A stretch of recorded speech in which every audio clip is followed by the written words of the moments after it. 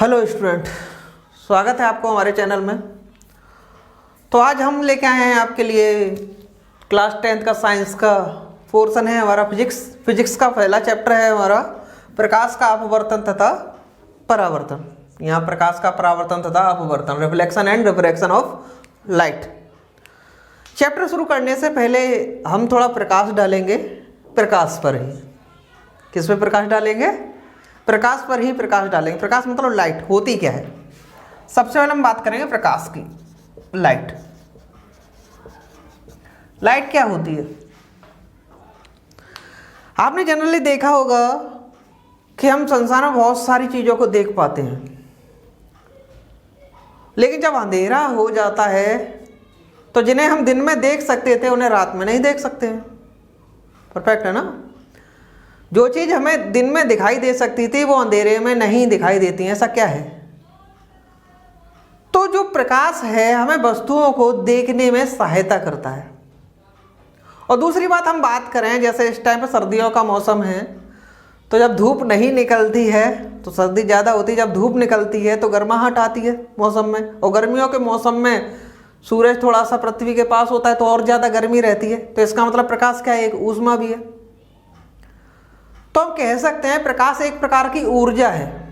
प्रकाश एक प्रकार की ऊर्जा होती है जो वस्तुओं को देखने में सहायक होती है, जिसकी सहायता, यदि प्रकाश किसी वस्तु पर पड़ता है तो ही हम किसी चीज़ को देख पाते हैं।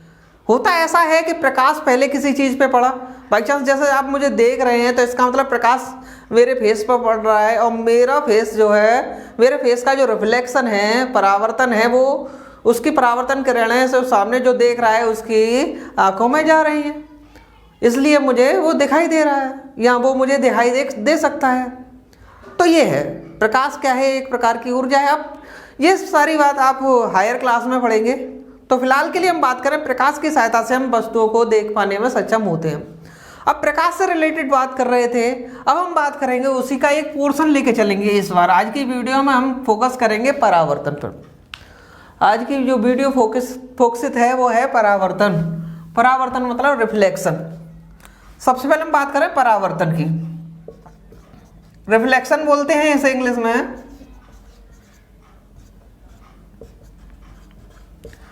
रिफ्लेक्शन क्या होता है? जब कोई प्रकाश किरण, एक और बात बताना है मुझे कि प्रकाश हमेशा एक सीधी रेखा में चलता है। प्रकाश की जो रेखाएं होती है, वो किरणें होती है, वो सीधी होती हैं।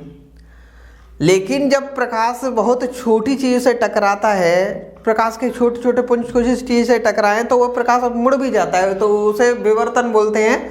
वो हायर स्टडी में आपके लिए काम में आएगा। तो रिफ्लेक्शन क्या होता है? जब कोई प्रकाश किसी चिकनी सतह से टकराता है, जब कोई प्रकाश किसी चिकनी सतह से टकराए, जैसे सपोज करो ये चिकनी सतह है, या कोई प्रकाश की किरण आई, इससे टकराई, टकराने के पश्चात वो क्या होगा? वो उसी माध्यम में वापस लौट जाएगा, उसी माध्यम में वापस लौट जाएगी। अधिकांश भाग वापस लौट जाता है, ये बात ध्यान रखिएगा। तो जब कोई सी प्रकाश किरण किसी चिकने माध्यम से टकराकर उसी माध्यम में पुनः वापस लौट जाती है, इस घटना को बोलते हैं प्रकाश का परावर्तन। समझे? जब कोई प्रकाश की जो किरण है किसी चिकनी सतह से टकराकर किसी माध्यम में वापस लौट जाए, उसे क्या बोलेंगे? प्रकाश का परावर्तन।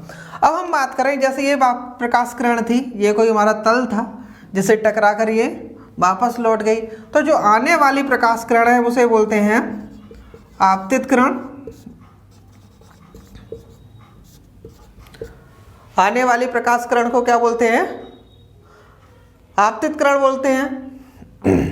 और जो वापस लौट जाने वाली प्रकाश किरण, क्योंकि हम परावर्तन पढ़ रहे हैं तो इसे बोलते हैं इसे परावर्तित किरण। ये आपतित किरण हो गई, ये परावर्तित किरण हो गई। आपतित किरण को इंग्लिश में बोलते हैं इंसिडेंट रेज। क्या बोलते हैं?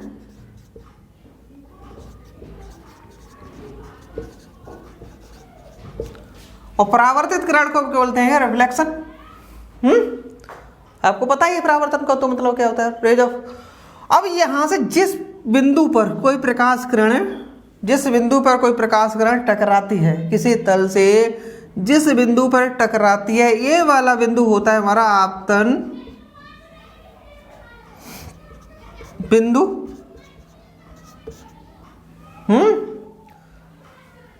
पॉइंट ऑफ इंसिडेंट, ये वाला बिंदु जो होता है जिस बिंदु पर हमारी प्रकाश किरण कोई टकराती है, इसे बोलते हैं हम आपतन बिंदु।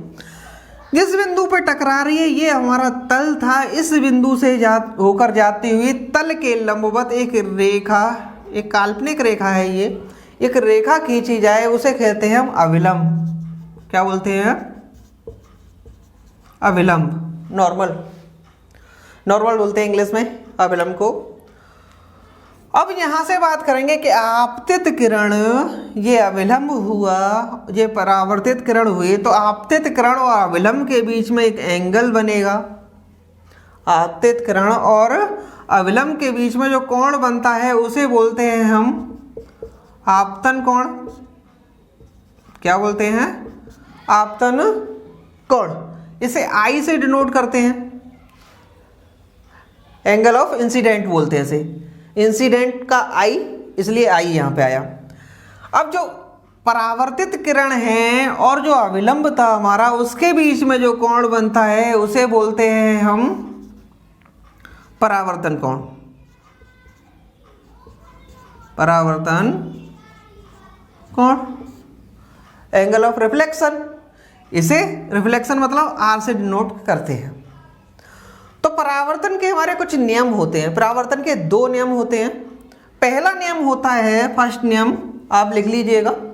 पहला नियम होता है कि जो आपतन कोण है, आपतन कोण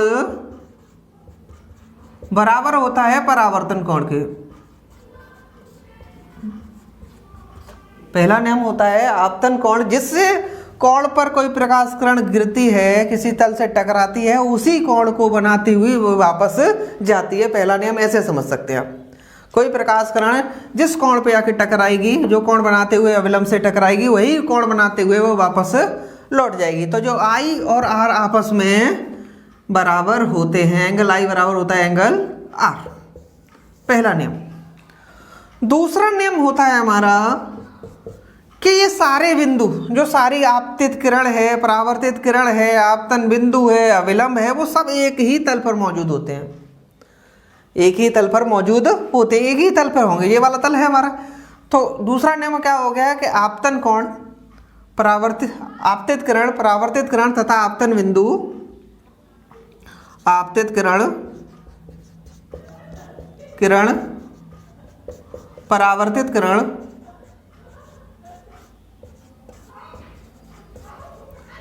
आपतन बिंदु व अविलंब सभी एक ही तल पर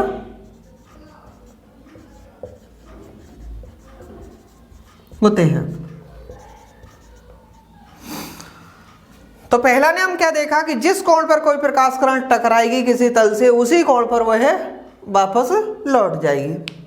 दूसरा नाम क्या जानते हैं हम कि जो आपतित किरण है, परावर्तित किरण है, आपतन बिंदु है, अविलंब है, ये सारे के सारे एक ही तल पर मौजूद है। इसी तल पे तो मौजूद हैं। जिस तल से कोई प्रकाश किरण टकरा रही है उसी तल पे सारी चीज मौजूद होती है। तो ये दूसरा नियम है। तो इस तरह का हुआ ये हमारा आपतन, जो परावर्तन से रिलेटेड बात करें। अब परावर्तन होता किस किस चीजों में हो सकता है? परावर्तन एक तो समतल जो आकृतियां हैं, समतल पृष्ठ है, किन किन पृष्ठों में परावर्तन होता है उसके बारे में बताते हैं आपको। तो परावर्तन किस में हो सकता है? समतल पृष्ठ में हो सकता है। ये दोनों नियम सारे पृष्ठों के लिए अप्लाई होते हैं, चाहे वो पृष्ठ समतल हो चाहे वो गोलीय हो। तो समतल पृष्ठ की तो बात अलग है। समतल पृष्ठ आपके है नहीं, समतल दर्पण भी हो सकता है। जैसे समतल दर्पण में क्या होता है कि एक शीशा देखते होगे आप लोग, दर्पण देखते होगे कि जितनी दूरी पर आप मौजूद होते हो उतनी दूरी पर आपका एक प्रतिबिंब बनता हुआ नजर आता है, वो होता है समतल दर्पण। आगे दर्पण आपने देखा होगा, आप यूज भी करते होंगे। सुबह सुबह जब उठकर नहा धोकर जब हम चेहरा देखते हैं, वो जिसमें चेहरा देखते हैं वही क्या होता है? दर्पण होता है। दर्पण की खासियत क्या होती है? उसका 2 तल होते हैं। कोई भी दर्पण हुआ उसके 2 तल होंगे। एक तल जिसे हम बोलते हैं परावर्तक पृष्ठ। दूसरा तल जिस पे पीछे पॉलिश लगी होगी, एक पॉलिश लगी रहती है जिसके कारण जो प्रकाश उस पर पड़ता है वो ज़्यादातर प्रकाश उसी दिशा में, उसी माध्यम में वापस लौट जाता है। तो दर्पण हमारा क्या होता है? दर्पण एक समतल दर्पण होता है जिसे आप यूज करते हैं सुबह। दूसरा होता है हमारा गोलीय दर्पण, गोलीय दर्पण। अब गोलीय दर्पण क्या होते हैं? गोलीय दर्पण में भी कुछ प्रकार होते हैं। गोलीय दर्पण दो प्रकार के होते हैं देखा जाए तो। एक होगा हमारा अवतल दर्पण और दूसरा होता है उत्तल दर्पण। अब उत्तल और अवतल कैसे पहचानेंगे हम? उत्तल का मतलब होता है, यदि इसे हम संधि विच्छेद की करें, इसका हिंदी में आप पढ़ेंगे तो उत प्लस तल, उत्तल। उत मतलब होता है उठा हुआ या उभरा हुआ। उत मतलब होता है उभरा हुआ, उठा हुआ या उभरा हुआ। तो ऐसा दर्पण जिसका परावर्तक पृष्ठ उभरा हुआ हो, मतलब हम इस तरह से कह सकते हैं। अब इसका जब परावर्तक पृष्ठ वाला है, दूसरी तरफ हमने क्या किया? पॉलिश कर दी। तो जिस पृष्ठ से इसकी प्रकाश किरणें टकराएंगी वो उभरा हुआ होगा, क्योंकि मैंने बताया कोई भी गोलीय दर्पण, कोई भी जो दर्पण होते हैं, उत्तल दर्पण या अवतल दर्पण, किसी ना किसी गोलीय कोश का एक भाग होते हैं। गोलीय कोश क्या होता है? गोलीय कोश जैसे फिशपॉट, जैसे फिशपॉट होता है, फिशपॉट कांच का होता है। यदि फिशपॉट के उसको टुकड़े कर दिए जाए, छोटे छोटे टुकड़े कर दिए जाए और एक तरफ को हम रंग दिया जाए, पॉलिश कर दिया जाए, तो जो दूसरा तरफ का हिस्सा काम करेगा वो किसका काम करेगा? परावर्तक पृष्ठ का काम करेगा। वो अवतल का मतलब हुआ है, अवतल मतलब दबा हुआ तल। तो इस तरह से। और पहचान कैसे होगी? जो अवतल दर्पण का परावर्तक पृष्ठ होता है वो केंद्र की ओर होता है। जैसे कोई ना कोई, ये प्रत्येक जो दर्पण होता है वो गोलीय कोश का हिस्सा होता है, मैंने बताया। तो इसका परावर्तक पृष्ठ किधर है? गोलीय कोश के केंद्र की ओर है। इसका परावर्तक पृष्ठ किधर है? उसके बाहर की ओर है। तो ये हो गया अवतल और ये हो गया उत्तल, ये पहचान गए होंगे। अब इससे रिलेटेड कुछ डेफिनेशन पढ़ते हैं। सबसे पहले पढ़ते हैं हम वक्रता केंद्र। सबसे पहले पढ़ते हैं हम वक्रता केंद्र, सेंटर ऑफ कर्वेचर। इंग्लिश में बोलते हैं इसे केंद्र, सेंटर ऑफ कर्वेचर। वक्रता को इंग्लिश में कर्वेचर बोला जाता है। तो वक्रता केंद्र, वक्रता केंद्र की बात करें तो कोई भी दर्पण, चाहे वो अवतल दर्पण हो चाहे उत्तल दर्पण हो, तो इसकी डेफिनेशन कैसे बनेगी? प्रत्येक दर्पण जिस गोलीय कोश का भाग होता है, अब प्रत्येक दर्पण चाहे अवतल दर्पण हो चाहे उत्तल दर्पण हो, प्रत्येक गोलीय दर्पण जिस गोलीय कोश का भाग होता है उस गोलीय कोश के केंद्र को, ये वाला जो केंद्र हुआ, उस गोलीय कोश के केंद्र को, इधर वाले का केंद्र हमारा सपोज करो ये हुआ, तो प्रत्येक दर्पण जिस गोलीय कोश का भाग होता है उस गोलीय कोश के केंद्र को वक्रता केंद्र कहते हैं। लिख लीजिएगा, इसे सी से प्रदर्शित करते हैं। पहला क्या सीखे हम? वक्रता केंद्र।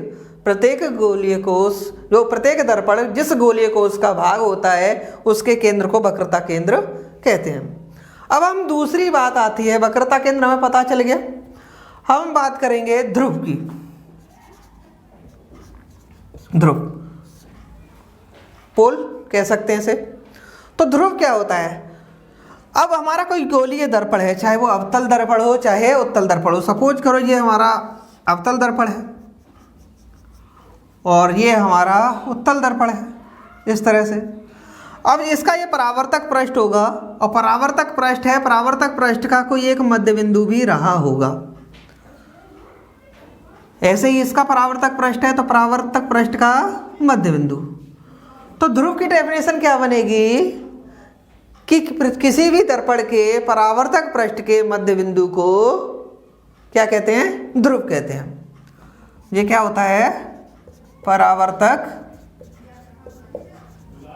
पृष्ठ का मध्य बिंदु। तो ध्रुव हमें पता चल गया, इसे P से डिनोट करते हैं, P मतलब पोल, इसे C से डिनोट करते हैं। अब बात करेंगे तीसरी हेडिंग की, बात करेंगे। हमने वक्रता केंद्र पढ़ लिया, ध्रुव पढ़ लिया, तीसरी बात करते हैं सबसे पहले तो वक्रता त्रिज्या। वक्रता त्रिज्या तो हमारा परावर्तक पृष्ठ का मध्य बिंदु P ये हो गया, इसका मध्य बिंदु P ये हो गया। वक्रता त्रिज्या, त्रिज्या जिस तरह से जानते हो, कोई भी वृत्त हो या कोई भी गोला हो, स्फीयर हो, उसके केंद्र से परिधि तक की दूरी को क्या कहते हैं? त्रिज्या कहते हैं। वो मैथ के अकॉर्डिंग है। अब यहाँ पे हम त्रिज्या की बात करें तो परिधि मतलब क्या है? हमारा परिधि पर ही तो स्थित है हमारा ये ध्रुव। तो वक्रता केंद्र और ध्रुव के बीच की दूरी को वक्रता त्रिज्या कहते हैं। तो वक्रता केंद्र व ध्रुव के बीच की दूरी, बीच की दूरी को क्या कहेंगे? वक्रता त्रिज्या कहते हैं। इसे किससे करते हैं डिनोट? कैपिटल R से डिनोट करते हैं। तो तीन चीज, अब हम तीन डेफिनेशन सीखे। सबसे पहले वक्रता केंद्र, वक्रता केंद्र की द्वारा से बताएं। वक्रता केंद्र क्या होता है? प्रत्येक दर्पण जिस गोलीय कोश का भाग होता है उस गोलीय कोश के केंद्र को वक्रता केंद्र कहते हैं। फिर हम सीखे ध्रुव। ध्रुव क्या होता है? कोई भी दर्पण है, जैसे सपोज करो मेरी ये हथेली मान लीजिए, अब ये किसका काम कर रही है? इधर से इसमें पॉलिश हो रही है और पॉलिश हो रही है, इधर से परावर्तक पृष्ठ है, तो ये हमारा क्या हो जाएगा? परावर्तक पृष्ठ। इसका मध्य बिंदु कहाँ होगा? यहाँ होगा कहीं, तो ये हमारा क्या हो गया? ध्रुव हो गया। ये किसी ना किसी गोलीय को उसका हिस्सा रहा होगा, यहाँ पे क्या मान लिया हमने? केंद्र मान लिया, वक्रता केंद्र। तो वक्रता केंद्र से ध्रुव तक के बीच की जो दूरी होगी वो क्या कहलाएगी? हमारी वक्रता त्रिज्या कहलाएगी। अब वक्रता त्रिज्या के बाद बात आती है हमारी मुख्य फोकस की। मुख्य फोकस, मुख्य फोकस क्या होता है? मुख्य फोकस का मतलब एक, इससे पहले हम एक चीज और बता देते हैं, इसमें ही मुख्य अक्ष, मुख्य अक्ष ये रह गया था। मुख्य अक्ष, मुख्य अक्ष एक काल्पनिक रेखा है जो क्षैतिज रेखा होती है। अब जैसे ये सपोज करो कोई दर्पण है हमारा, ये अवतल दर्पण मान लिया, इसका हमें पता है ये वक्रता केंद्र है, ये ध्रुव है इसका P। अब इस वक्रता केंद्र और ध्रुव से जाती हुई एक काल्पनिक रेखा, वक्रता केंद्र और ध्रुव से जाती हुई एक काल्पनिक रेखा, चाहे वो अवतल दर्पण में हो चाहे उत्तल दर्पण में हो, उस रेखा को क्या बोलते हैं हम? मुख्य अक्ष कहते हैं। समझे? वक्रता केंद्र व ध्रुव से होकर जाती हुई एक क्षैतिज रेखा को मुख्य अक्ष कहा जाता है। तो मुख्य अक्ष समझ में आ गया। अब हम बात करेंगे मुख्य फोकस की। तो मुख्य फोकस क्या होता है कि कोई भी दर्पण, दो तरह के दर्पण है हमारे पास, एक अवतल है और एक उत्तल है। अब जैसे अवतल दर्पण की बात करें, पहले समझ लेते हैं। हमने मान लिया ये अवतल दर्पण है, ये किसी ना किसी गोले का हिस्सा रहा होगा इस तरह से, तो यहाँ से हमने इसका C मान लिया, ये हमारा P है। अब इस दर्पण के मुख्य अक्ष के समांतर आने वाली प्रकाश किरण, कोई भी दर्पण है, मुख्य अक्ष के समांतर आने वाली प्रकाश किरण, मुख्य चेहरा, मुख्य अक्ष के समांतर आने वाली प्रकाश किरण परावर्तित होकर, दर्पण से परावर्तित होकर जिस बिंदु पर मिलती है, यहाँ पर तो मिल रही है, मुख्य अक्ष के जिस बिंदु पर मिलती है उस बिंदु को मुख्य फोकस कहते हैं। उस बिंदु को मुख्य फोकस कहा जाता है। ध्यान रखना, ये वाला बिंदु हमारा क्या कहलाएगा? मुख्य फोकस। कैपिटल F से डिनोट करते हैं। तो यहाँ पे मिल रही है इसलिए मिलती हैं बोलते हैं। जो अवतल उत्तल दर्पण की बात करेंगे तो वहाँ पे मिलती नहीं है ये एक्चुअल में, वहाँ पे क्या करती हैं? ये मिलती हुई प्रतीत होती हैं। हमने मान लिया कोई उत्तल दर्पण था इस तरह से, अब यहाँ पे इसका वक्रता केंद्र रहा होगा, ये हमारा ध्रुव हो गया इसका P। अब लेकिन आ तो रही है, रूल वही होगा, मुख्य अक्ष के समांतर आने वाली प्रकाश किरण, मुख्य अक्ष के समांतर आने वाले प्रकाश किरणें परावर्तन के पश्चात जिस बिंदु, मुख्य अक्ष के जिस बिंदु से मिलती हैं, तो प्रकाश किरणें परावर्तन के पश्चात यहाँ पे मिल रही हैं, यहाँ पे मिलती हुई प्रतीत होंगी इस तरह से। इस तरह से सपोज करो ये यहाँ से यहाँ चली गई, अब इसे मैं अंदर ऐसे ले चलूँ और इसे ऐसे ले चलूँ तो इस पॉइंट पे काट रहा है।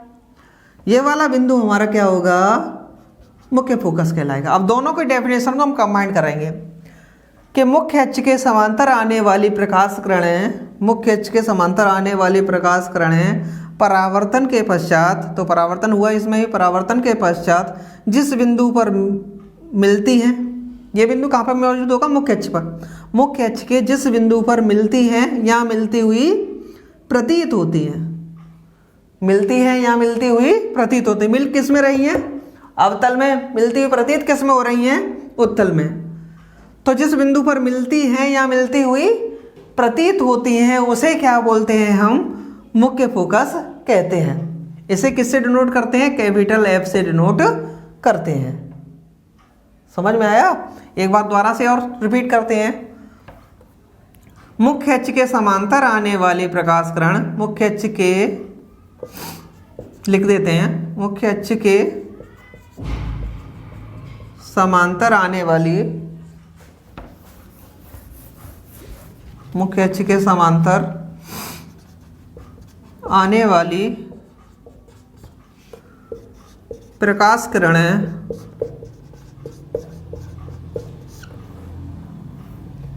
परावर्तन के पश्चात, परावर्तन के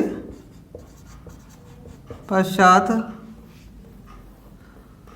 मुख्य अक्ष के जिस बिंदु पर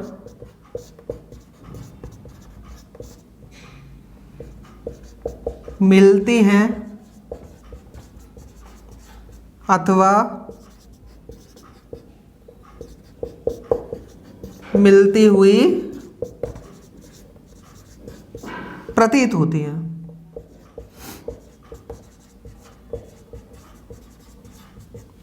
उसे मुख्य फोकस कहते हैं। कैपिटल एफ से डिनोट करते हैं।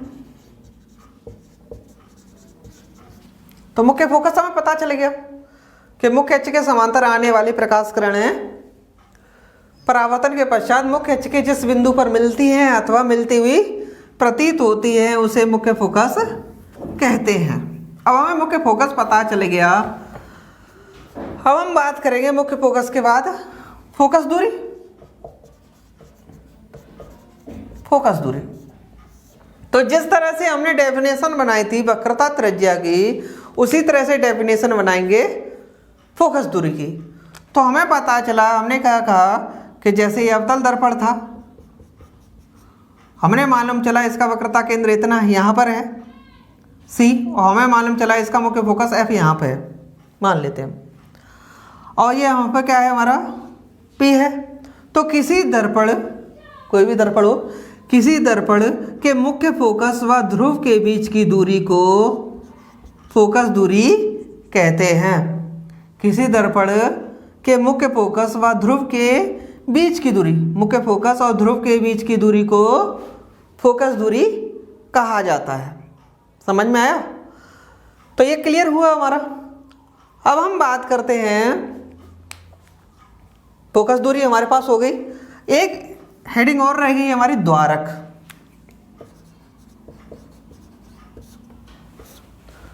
एक हेडिंग और रह गई है, द्वारक। एपरेचर बोलते हैं इसे।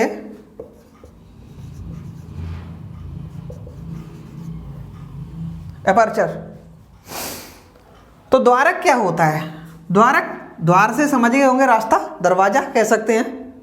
तो कोई भी, अब इसे समझते हैं डेफिनेशन कैसे बनेगी। अब जैसे सपोज करो ये हमारा कोई दर्पण है, यदि हम इधर से पॉलिश कर दें तो ये अवतल दर्पण, इधर से पॉलिश कर दें तो उत्तल दर्पण। क्लियर हुआ ना? ये हमारा कोई दर्पण है। अब इस दर्पण का सपोज करो ये अवतल दर्पण है, तो परावर्तक पृष्ठ हमारा ये पूरा हिस्सा होगा। परावर्तक पृष्ठ, ये पूरा हिस्सा परावर्तक पृष्ठ होगा। अब परावर्तक पृष्ठ का जो वृत्ताकार, ये इसकी बात करें, इस वाले बिंदु से इस वाले बिंदु को मिलाती हुई एक रेखा खींच दें, इस तरह से रेखा खींच जाएगी। तो यही क्या होता है, इसका द्वारक कहलाता है। तो द्वारक की डेफिनेशन क्या है? तो परावर्तक पृष्ठ की वृत्ताकार सीमा रेखा का व्यास क्या कहलाता है? दर्पण का द्वारक कहलाता है। परावर्तक पृष्ठ की वृत्ताकार सीमा रेखा का व्यास हमारा क्या कहलाएगा? द्वारक कहलाएगा। ठीक है, जितने भी गोलीय दर्पण होते हैं द्वारक हमें पता चल गया। अब हम बात करेंगे, मेन बात करेंगे अब कि वक्रता त्रिज्या और फोकस दूरी में संबंध। वक्रता त्रिज्या और फोकस दूरी में संबंध। वक्रता त्रिज्या व फोकस दूरी में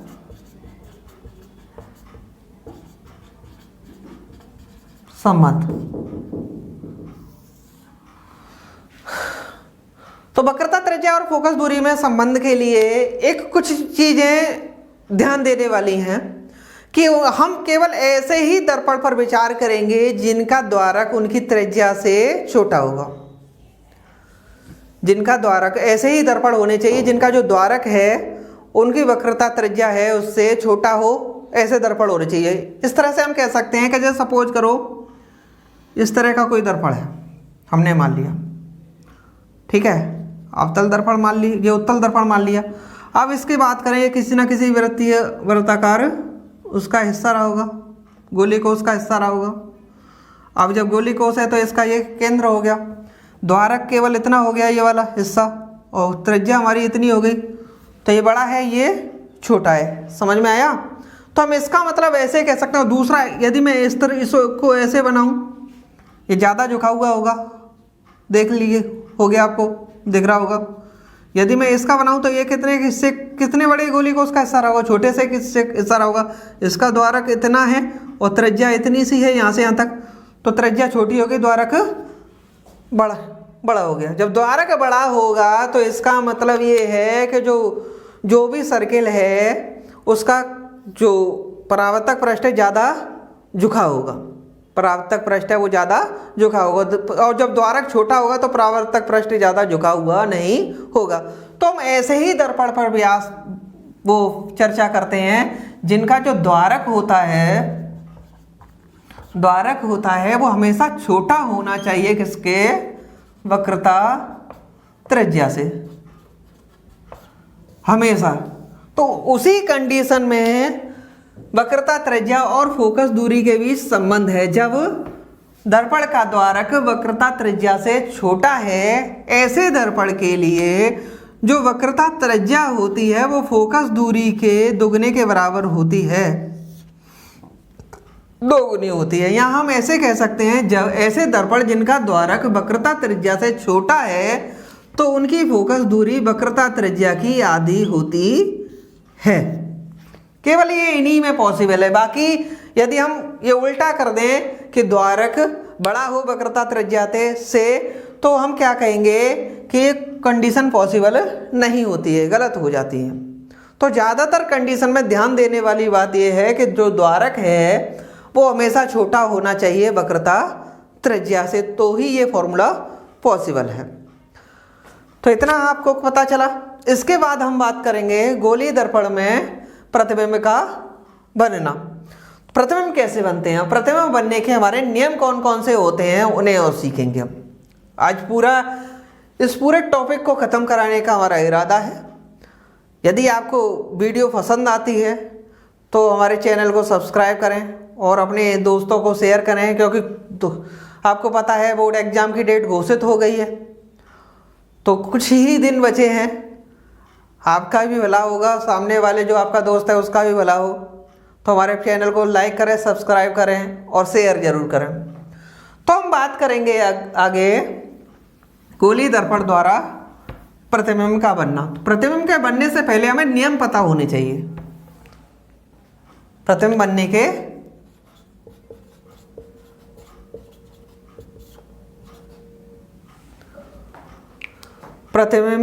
बनने के नियम।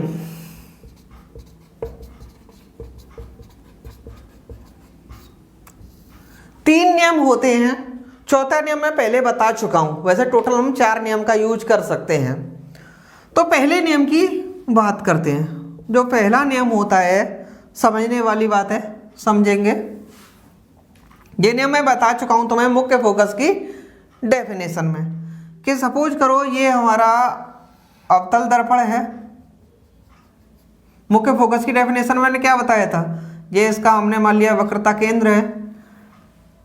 मैंने बताया था कि मुख्य अक्ष के समांतर आने वाली प्रकाश किरणें मुख्य अक्ष के जिस बिंदु पर मिलती हैं उस बिंदु को मुख्य फोकस कहते हैं। अब इसे दूसरी भाषा में कहेंगे कि मुख्य अक्ष के समांतर आने वाली प्रकाश किरणें सदैव, ध्यान देने वाली बात है, सदैव मुख्य फोकस से होकर गुजरती हैं, परावर्तित होकर कहाँ से गुजरेंगी, मुख्य फोकस से गुजरती हैं। ये तो अवतल दर्पण में गुजर रही हैं और उत्तल दर्पण में क्या हो जाएगा, गुजरती हुई प्रतीत होती हैं। तो नियम हमारा क्या हो जाएगा कि मुख्य अक्ष के समांतर आने वाली प्रकाश किरणें परावर्तन के पश्चात कहाँ से गुजरती हैं, मुख्य फोकस से गुजरती हैं या गुजरती हुई प्रतीत होती हैं। ध्यान देना,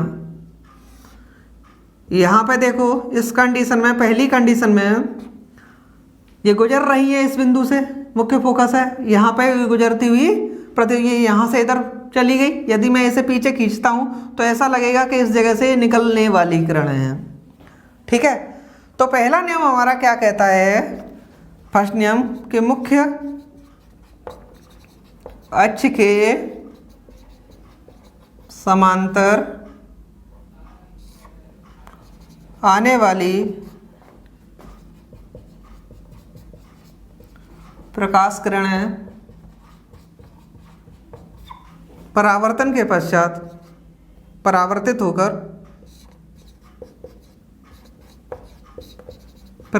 होकर मुख्य फोकस से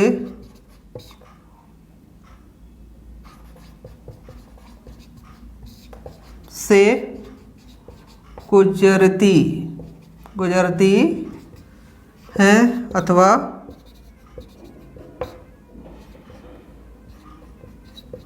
गुजरती हुई प्रतीत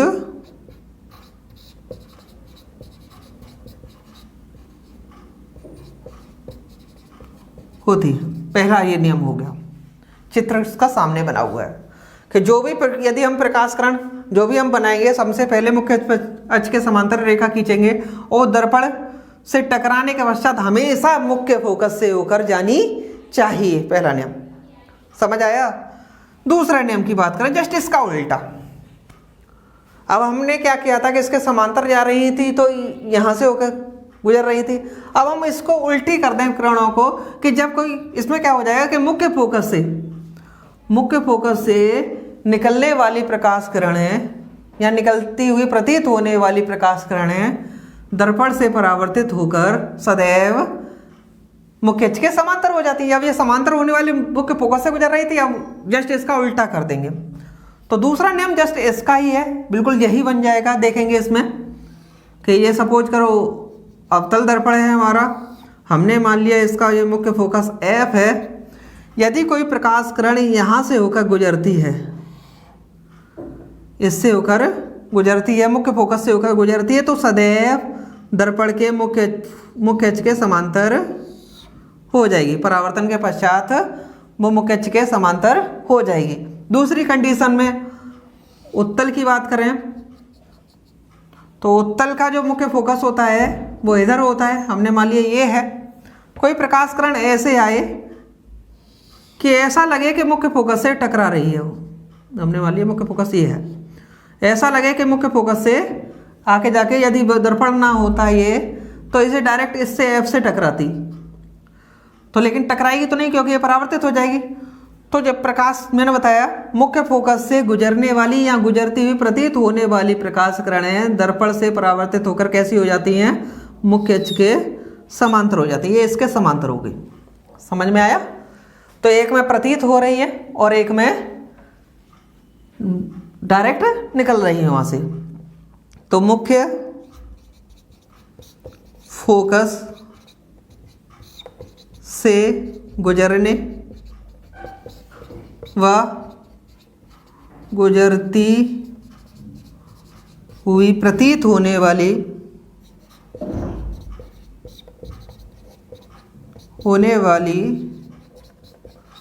प्रकाश किरणें किरणें परावर्तन के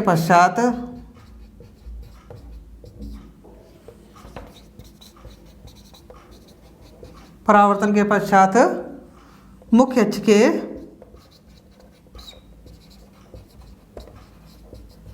समांतर हो जाती है।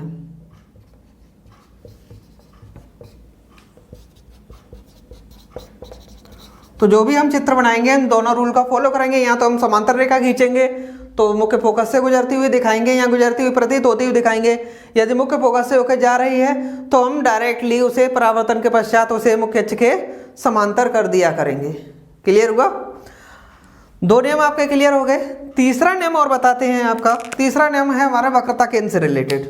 तो तीसरा नियम देखेंगे, मिटा देते हैं इसे।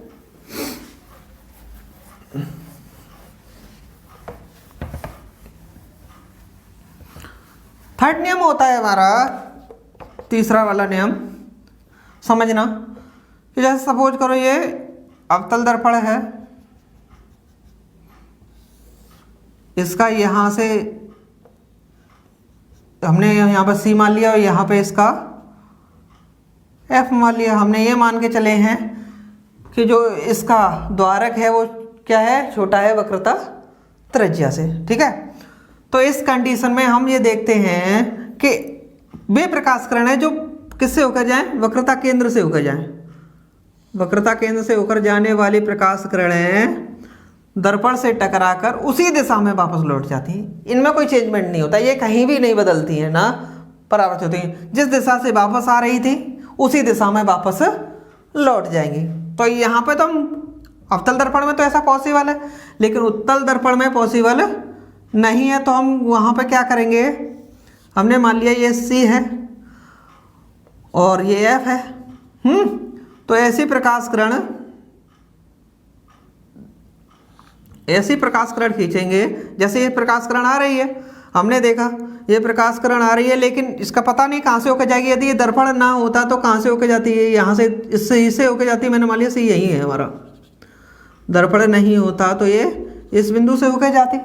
तो क्या है कि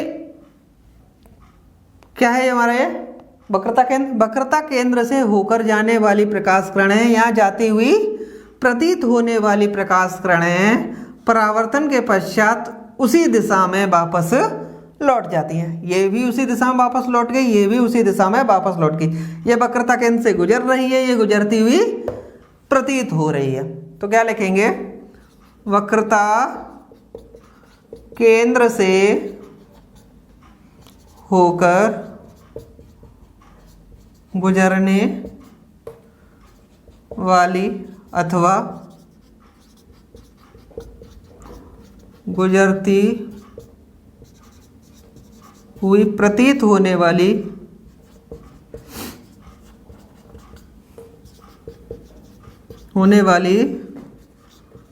प्रकाश किरणें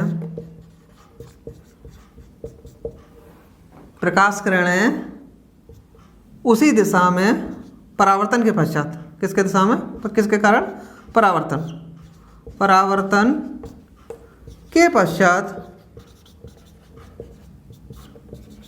उसी दिशा में लौट जाती है।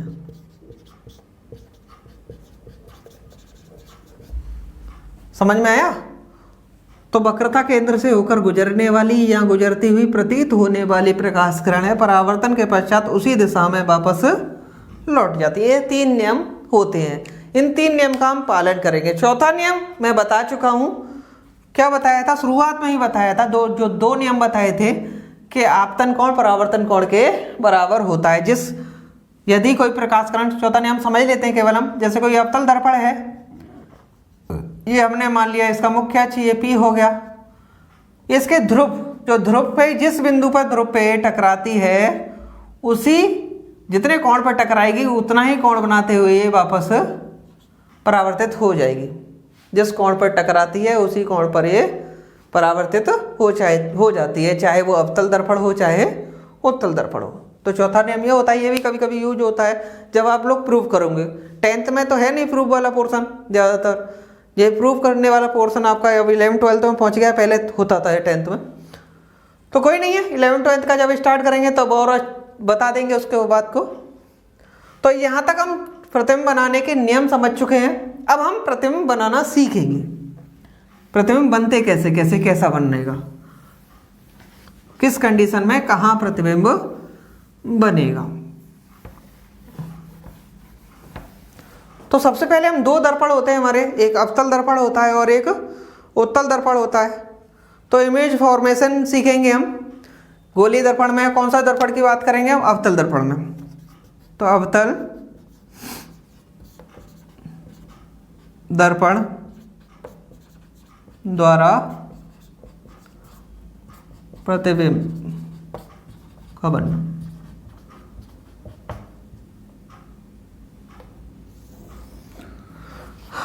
अब अवतल दर्पण में कौन कौन सी कंडीशन हो सकती हैं, जरा ये देखते हैं हम। सपोज करो ये हमारे पास एक अवतल दर्पण है, इसका एक मुख्य फोकस, मुख्य अक्ष रहा होगा, ये ध्रुव हो गया हमारा P, यहाँ पे इसका कहीं C रहा होगा, यहाँ पे कहीं इसका F रहा होगा। और मुख्य अक्ष दर्पण है तो मुख्य अक्ष तो अनंत तक जा सकता है, मैंने वाली ये अनंत है। तो हमारे पास कितनी पॉसिबिलिटी बन सकती हैं, कहाँ कहाँ हम वस्तुओं को रख सकते हैं। पहली कंडीशन हम रख सकते हैं अनंत पर, समय ना। पहली कंडीशन हम कहाँ रख सकते हैं, जब वस्तु कहाँ रखी हो, अनंत पर रखी हो।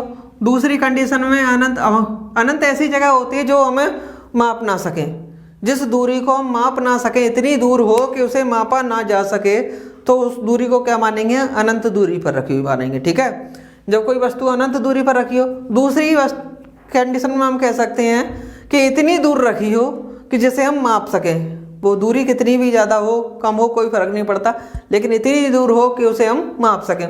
तो दूसरी कंडीशन क्या हो जाएगी कि अनंत और वक्रता केंद्र के बीच रखी हो। सपोज कर वस्तु अब यहाँ रखी है, दूसरी कंडीशन। तीसरी कंडीशन क्या हो जाएगी, जब इससे और आगे बढ़ेंगे, अब इसमें तो हम कहीं भी रख दें लेकिन रहेगा तो अनंत और वक्रता केंद्र के बीच में। थर्ड कंडीशन हो जाएगी, जब वस्तु कहाँ रखी हो, वक्रता केंद्र पर ही रखी हो, तो क्या कंडीशन होती है। फोर्थ कंडीशन हो जाएगी हमारी कि जब वक्रता केंद्र और मुख्य फोकस के बीच में रखी हो तो कैसा प्रतिबिंब बनेगा। अगली कंडीशन हो जाएगी, जब हमारा वस्तु मुख्य फोकस पर ही रखी हो तो कैसी कंडीशन बनेगी। और अगली कंडीशन, उससे भी अगली कंडीशन हो जाएगी, जब वस्तु मुख्य फोकस और ध्रुव के बीच में रखी हो। तो टोटल कंडीशन कितनी है, 1 2 3 4 5 6। ये 5 कंडीशन में प्रतिबिंब वास्तविक बनता है। और ये छठवीं कंडीशन, जब वस्तु फोकस दूरी से भी आगे पहुंच जाए, ध्रुव के पास पहुंच जाए, तो इस कंडीशन में जो प्रतिबिंब बनता है वो आभासी बनता है। अब बात करेंगे कि वास्तविक और आभासी क्या होता है। वास्तविक प्रतिबिंब और आभासी प्रतिबिंब क्या होता है। जब प्रकाश किरणें परावर्तित होकर वास्तव में एक दूसरे को काटे, तो जिस बिंदु पर काटती है वहां पर वास्तविक प्रतिबिंब बनेगा। लेकिन यदि अब वो है काटती हुई प्रतीत हो, काट नहीं रहे, उधर की तरफ प्रकाश किरण पहुंचे ही ना, तो पहुंचेगी नहीं तो क्या होगा, हम डॉट डॉट करके दिखाएंगे, हम मान लेंगे कि इधर की तरफ ये जा रही है, तो वहां पे क्या बनेगा, आभासी बनेगा। हम क्योंकि हमने उसमें माना है, कल्पना की है एक तरह से, तो काल्पनिक चित्र बनता है वो। तो दो तरह के चित्र होते हैं, एक वास्तविक और दूसरा आभासी। वास्तविक प्रतिबिंब कब होता है, जब परावर्तन के पश्चात प्रकाश किरणें एक दूसरे को काटती हैं तो वास्तविक प्रतिबिंब बनता है। जब परावर्तन के पश्चात जो किरणें हैं एक दूसरे को काटती हुई प्रतीत होती हैं तो कैसा प्रतिबिंब बनता है, आभासी प्रतिबिंब बनता है। क्लियर। तो यहाँ से हम देखेंगे, पहली कंडीशन की बात करेंगे। वैसे मैं एक सारणी बना सकता हूँ याद रखने के लिए, तो पहले हम चित्र बनाना सीख ले कि क्या सारणी। चलो सारणी बना दें पहले, चलो तो सारणी बना देते हैं हम पहले। तो वस्तु की स्थिति, वस्तु कहाँ रखी है, प्रतिबिंब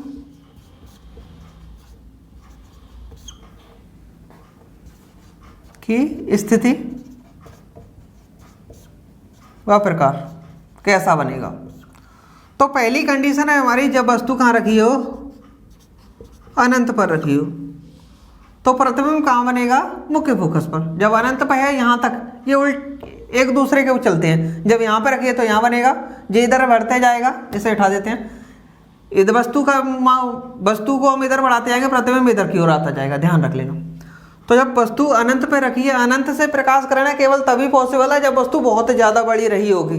अनंत पे मौजूद है तो इसका मतलब वस्तु बहुत बड़ी है, जैसे सूरज, वस्तु काफ़ी बड़ी रही होगी। तो अनंत पर रखी है तो वस्तु का प्रतिबिंब कहाँ बनेगा? बनेगा मुख्य फोकस पर। कहाँ बनेगा? मुख्य फोकस पर, मतलब एफ पर बनेगा। कैसा बनेगा? कैसा बनेगा? बिंदु आकार का, बिंदु आकार। अब बिंदु आकार हम इसलिए कह रहे हैं कि अनंत पे वस्तु है तो वस्तु बहुत बड़ी रही होगी। अब उसके अकॉर्डिंग यदि इतनी भी बड़ी हो और सूरज के आगे पृथ्वी बहुत छोटी है तो इतनी, सपोज करो इतना बड़ा प्रतिबिंब बनना है, वो भी उसके अकॉर्डिंग वो क्या है? बिंदु आकार का प्रतिबिंब है, समझे? तो बिंदु आकार का प्रतिबिंब बनेगा, वास्तविक बनेगा, वास्तविक, और कैसा बनेगा? उल्टा, वास्तविक, उल्टा और बिंदु आकार का प्रतिबिंब बनेगा। सेकंड कंडीशन, अनंत ऐसे बनाते हैं अनंत। दूसरी कंडीशन आ गई जब वस्तु कहाँ रखी हो? अनंत व वक्रता केंद्र के बीच, अनंत व सी के बीच रखिए, कहीं मध्य स्थित है, कोई भी बिंदु हो सकता है। तो जब वस्तु यहाँ पे स्थित है, पर पहले प्रतिबिंब यहाँ बना, तो अब प्रतिबिंब कहाँ बनेगा? इधर बनेगा, ठीक है। अब जब यहाँ बिंदु आकार का है तो यहाँ पे उससे थोड़ा बड़ा बन जाएगा। अब वस्तु का प्रतिबिंब कहाँ बनेगा? मुख्य फोकस और वक्रता केंद्र के बीच में, मतलब एफ व सी के बीच में, के मध्य कहीं बनेगा। कैसा बनेगा? वस्तु से छोटा, वस्तु से छोटा, वास्तविक बनेगा और उल्टा बनेगा। अब थर्ड कंडीशन, वस्तु कहाँ पहुंच गई? सी पर पहुंच गई। जब सी पर है तो अब यहाँ पहली कंडीशन में यहाँ पर बना था तो यहाँ से प्रतिबिंब हम यहीं पे आ जाएगा, सी पे। जब वस्तु सी पे वक्रता केंद्र पर हो तो वक्रता केंद्र पर ही बनेगा। कैसा बनेगा? वस्तु के बराबर। पहले बिंदु आकार का था, फिर वस्तु से छोटा था, अब बराबर हो गया, उसका साइज बढ़ता जाता है। वस्तु के बराबर बनेगा, वास्तविक बनेगा और उल्टा बनेगा, ठीक है। अगली कंडीशन होगी हमारी फोर्थ, जब वस्तु कहाँ रखी हो? सी और एफ के बीच रखी हो कहीं, तो कहाँ रखी है? सी व एफ के मध्य। जब सी और एफ के बीच में रखी है, जब वस्तु यहाँ रखी है, अभी जब सी पे रखी थी तो प्रतिबिंब यहीं बना था, उसी के बराबर बना था। अब इससे आगे पहुँच गई तो प्रतिबिंब इधर आ जाएगा कहीं, तो प्रतिबिंब कहाँ बनेगा? सी और अनंत के बीच में, सी व अनंत के मध्य बनेगा। कैसा बनेगा? पहले बिंदु आकार का था, फिर छोटा हुआ, फिर बराबर हुआ, क्या हो जाएगा? वस्तु से बड़ा हो जाएगा। और कैसा होगा? वास्तविक होगा और उल्टा होगा, ठीक है। अगली कंडीशन में हम कहाँ पहुँच गए? सी से होते हुए, सी और एफ के बीच में होते हुए अब कहाँ पहुँच गए? हम एफ पर पहुँच गए, पांचवी कंडीशन। तो जब हम वस्तु कहाँ रखी हो? एफ पर रखी हो, तो एफ पर रखी हो तो कहाँ वस्तु अभी हमारा यहाँ पे था, अब कहाँ पहुँच जाएगा? अनंत पर पहुँच जाएगा। अनंत पर पहुँच जाएगा तो क्या बनेगा? वस्तु से बहुत बड़ा, बहुत बड़ा। कैसा बनेगा? वास्तविक बनेगा और उल्टा बनेगा, अनंत पर ही बनेगा। अब हम देखो ये और ये कंडीशन, ये और ये कंडीशन।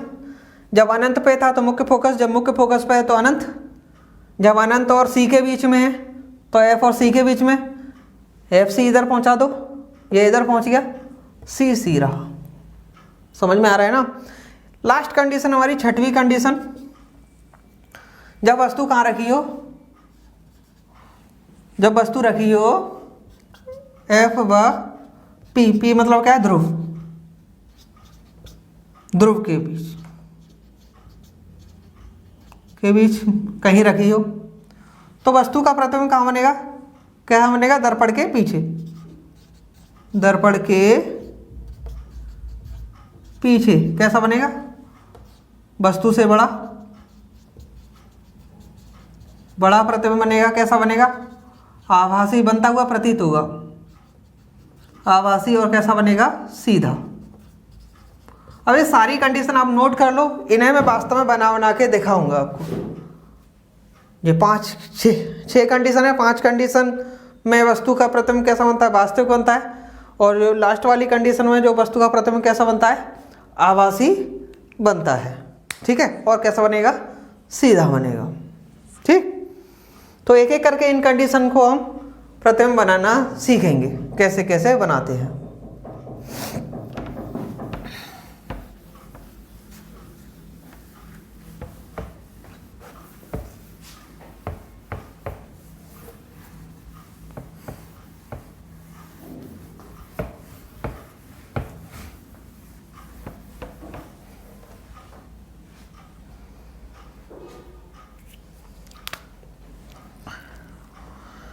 पहली कंडीशन से स्टार्ट करते हैं हम। जब वस्तु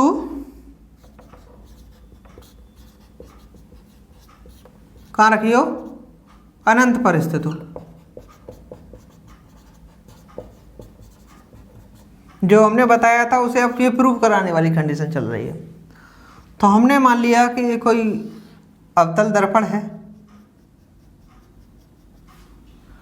ये इसका मुख्य अक्ष हो गया। यदि इस दर्पण को इस तरह से बनाया जाए तो इस तरह से कहीं ना कहीं ये एक बनाने की कोशिश कर रहा हूँ।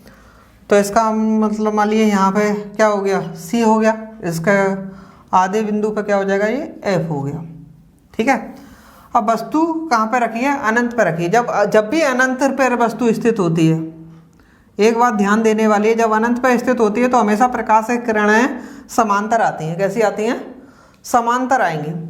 और हम दो तरीके से जानते हैं, जब पहले से ही वो समांतर आ रही है। मैंने मान ली दो कंडीशन, दो चित्र बना सकता हूँ इसमें। तो एक प्रकाश किरण मैंने मान लिया यहाँ से आ रही है, अनंत से, इस तरह से एक सीधी प्रकाश किरण खींचनी पड़ेगी हमें। एक प्रकाश किरण ये यहाँ से आ रही है, जो कहाँ से गुजर रही है, मुख्य फोकस से गुजर रही है।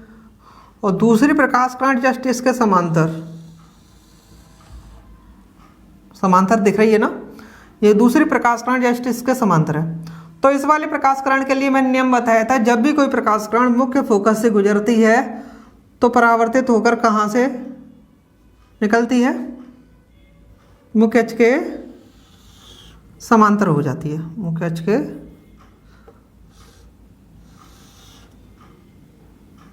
अक्ष के समांतर हो जाती है। ये मुख्य अक्ष के समांतर हो गई। आप अपने स्केल का यूज करिएगा, सही आएगा। लेकिन कंडीशन ऐसी रखिएगा कि जो उसका जो द्वारक है वो छोटा होना चाहिए उसकी वक्रता त्रिज्या से। समझ आया? तो उसका जो झुकाव है, तो हम देखते हैं यहाँ से। और इसका रूल हमने बताया था, जब भी कोई प्रकाश किरण वक्रता त्रिज्या से, वक्रता केंद्र से गुजरती है तो उसी दिशा में वापस लौट जाती है। तो यहाँ से ये टकराने के बाद यहाँ पर जा रही है, ये दोनों बिंदु यहाँ पे मिल रही हैं। जब यहाँ पे मिल रही है तो प्रतिबिंब यहीं पे बनेगा। अब ये कहाँ से आ रहा होगा प्रकाश किरण, इसे देखते हैं, आगे बढ़ाते हैं। कहाँ से आ रही होंगी, इसे मैं आगे बढ़ाते जाऊँ तो बोर्ड को पार करके चलेगी और ऊपर आसमान तक चली जाएंगी। बहुत दूर से आ रही होंगी प्रकाश किरण। तो हमने देखा ये बहुत दूर से आ रही है, मुख्य अक्ष से दूर उठती जा रही है। जब दूर उठती जा रही है तो वस्तु बहुत बड़ी रही होगी, उसका प्रतिबिंब कैसा बना, वास्तविक बना है। प्रतिबिंब की स्थिति कहाँ बनी है, मुख्य फोकस पर बना है। जब वस्तु अनंत पर स्थित हो तो कहाँ पर प्रतिबिंब बनेगा, तो जो प्रतिबिंब है कहाँ बना, प्रतिबिंब कहाँ बना, मुख्य फोकस पर, मुख्य फोकस पर बनता है। कैसा बनेगा, वास्तविक, वास्तविक बना है। देखो वास्तव में बना है, दोनों प्रकाश किरणें एक दूसरे को काट रही हैं। वास्तविक बना है, कैसा बना है, उल्टा बना है। और कैसा बना है, वस्तु से बहुत छोटा है। अब वस्तु अनंत पर स्थित है, जैसे सपोज करो ये सूरज की प्रकाश किरण है, तो सूरज के अकॉर्डिंग कितनी छोटा है, सूरज से कितना छोटा है। सूरज क्या है, पृथ्वी छोटी है, तो ये कितना छोटा होगा, कैसा माना जाएगा, ये बिंदु आकार का।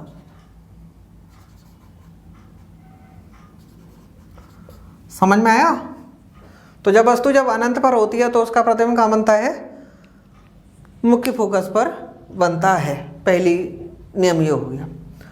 दूसरा बताते हैं, जब वस्तु कहाँ स्थित हो, अनंत व मुख्य फोकस के बीच स्थित हो। सेकंड बताएंगे अभी। सेकंड लेके चलते हैं हम। वही जब वस्तु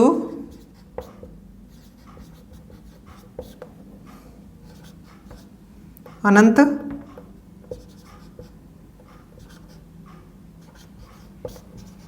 अनंत व वक्रता केंद्र के मध्य स्थित हो।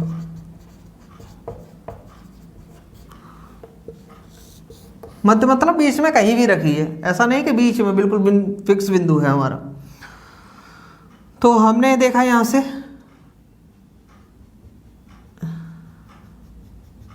जो कि हमारा अवतल दर्पण है, ये इसका मुख्य अक्ष हो गया। अब इसके अकॉर्डिंग बात करें हम तो इसका ये सी हो गया और इसका आधा एफ हो गया।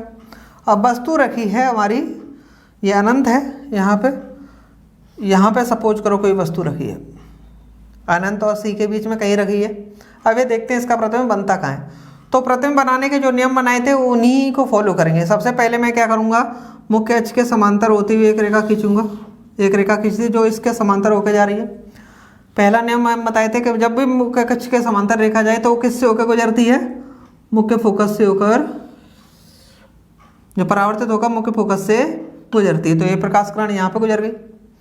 दूसरा नियम, या तो मैं इसको बना सकता हूँ वक्रता त्रिज्या से, वक्रता केंद्र से जा सकता हूँ, या दूसरा मैं यहाँ से भी कह सकता हूँ कि जब वस्तु मुख्य फोकस से होकर जाती है, जब वस्तु कहाँ से होकर जा रही है,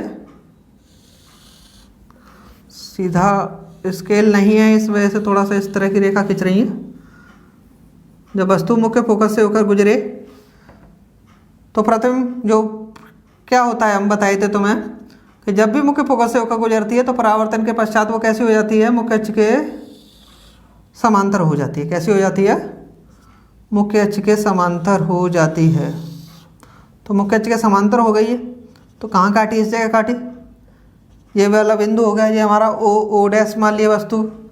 तो यहाँ पे बनेगा तो यहाँ से इस तरह से लाइन खींच देंगे। कैसा बनना है, वास्तविक बनना है, ये आई और आई डैश हो गया। तो कैसा बनना है, वास्तविक बनना है, उल्टा बनना है वस्तु से। देखो वस्तु इतनी बड़ी है, छोटा बनना है, वस्तु से छोटा है, हाँ। तो कहाँ बनना है, सी और एफ के बीच में, ये बताया था ना। तो इसी तरह से आप बाकी के चित्र भी बना सकते हैं। यदि आपको कोई भी चित्र बनाने में प्रॉब्लम हो तो कमेंट सेक्शन में ज़रूर लिखें, मैं अगली वीडियो में उस चित्र को बनाना आपको सिखा दूंगा। तब आज के लिए बस इतना ही, फिर अगली वीडियो में मुलाकात होगी तो उसमें हम आपको आवर्धन से रिलेटेड बात बताएंगे और इससे रिलेटेड जो चित्र रह गए वो भी क्लियर कराएंगे। उन्हें आप अपने आप भी बना सकते हैं। और फिर उत्तल दर्पण के चित्र, तो हम परावर्तन को 2 वीडियो में समाप्त करेंगे। आपको हमारी वीडियो कैसी लगती है हमें आप ज़रूर कमेंट में बताइए, और हमारी वीडियो को लाइक करें, शेयर करें और सब्सक्राइब करें हमारे चैनल को। लाल बटन दबा दीजिए। धन्यवाद।